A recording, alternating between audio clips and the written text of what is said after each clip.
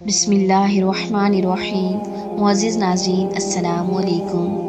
یہ واقعہ قرآن مجید کی سورہ کہف میں بیان ہوا ہے۔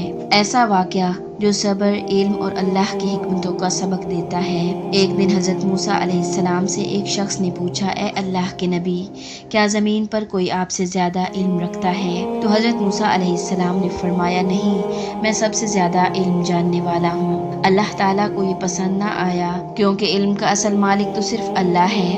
اللہ تعالیٰ نے وحی کی کہ اے موسیٰ، میرا ایک بندہ ہے جسے میں نے اپنی طرف سے خاص علم عطا کیا ہے، تم اس سے ملاقات کرو، وہ تمہیں وہ باتیں سکھائے گا جو تم نہیں جانتے۔ اللہ نے نشانی بتائی کہ جہاں دو سمندر ملتے ہیں وہاں تمہیں وہ بندہ ملے گا۔ تمہارے ساتھ ایک مچھلی ہوگی، جب وہ زندہ ہو کر پانی میں چلی جائے وہی جگہ تمہاری منزل ہوگی۔ حضرت موسیٰ علیہ السلام اپنے شاگرد یوشع بن نون کے ساتھ سفر پر نکلے۔ کئی دنوں کے بعد وہ ایک پتھر کے پاس آرام کرنے لگے، وہیں مچھلی زندہ ہو کر سمندر میں کود گئی۔ جب حضرت موسیٰ علیہ السلام کو یاد آیا وہ واپس پلٹے اور وہاں انہیں اللہ کے ولی حضرت خضر علیہ السلام مل گئے۔ حضرت موسیٰ علیہ السلام نے عرض کیا، کیا میں آپ کے ساتھ رہ سکتا ہوں تاکہ آپ کے علم میں سے کچھ سیکھ سکوں؟ حضرت خضر علیہ السلام نے فرمایا، اے موسیٰ، تم میرے ساتھ صبر نہیں کر سکو گے، کیونکہ جن باتوں کا تمہیں علم نہیں ہوگا ان پر صبر کرنا مشکل ہے۔ حضرت موسیٰ علیہ السلام نے وعدہ کیا کہ وہ صبر کریں گے۔ حضرت موسیٰ علیہ السلام حضرت خضر کے ساتھ چل دیے۔ دونوں دریا کنارے چلے جا رہے تھے کہ ایک کشتی ملی۔ غریب ملاحوں نے بغیر معاوضے کے انہیں سوار کر لیا۔ اچانک حضرت خضر علیہ السلام نے کشتی میں سوراخ کر دیا۔ حضرت موسیٰ علیہ السلام بے چین ہو کر بول اٹھے، آپ نے کشتی میں سوراخ کر دیا، یہ تو ان لوگوں کو غرق کر دے گا۔ حضرت خضر نے فرمایا، میں نے نہ کہا تھا کہ تم صبر نہیں کر سکو گے۔ پھر وہ ایک گاؤں کے قریب پہنچے، وہاں ایک نوجوان لڑکا کھیل رہا تھا۔ حضرت خضر نے اسے قتل کر دیا۔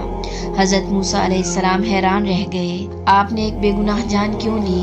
یہ تو بڑی غلط بات ہے۔ حضرت خضر نے فرمایا، میں نے تم سے کہا تھا کہ تم میرے ساتھ صبر نہیں کر سکو گے۔ پھر وہ ایک ایسی بستی میں پہنچے جہاں کے لوگ بہت بخیل تھے۔ انہوں نے کھانا مانگا مگر کسی نے نہ دیا۔ وہاں ایک دیوار ملی جو گرنے والی تھی۔ حضرت خضر نے بغیر کسی مزدوری کے اسے سیدھا کر دیا۔ حضرت موسیٰ علیہ السلام نے کہا، آپ چاہتے تو اس کام کی اجرت لے سکتے تھے۔ حضرت خضر نے فرمایا، بس اب میرے اور تمہارے درمیان جدائی ہے۔ اب میں تمہیں ان کاموں کی حقیقت بتا دیتا ہوں جن پر تم صبر نہ کر سکے۔ حضرت خضر علیہ السلام نے کشتی میں سوراخ کرنے کی حکمت بتائی۔ یہ کشتی غریب ملاحوں کی تھی۔ آگے ایک ظالم بادشاہ آ رہا تھا جو ہر اچھی کشتی چھین لیتا تھا۔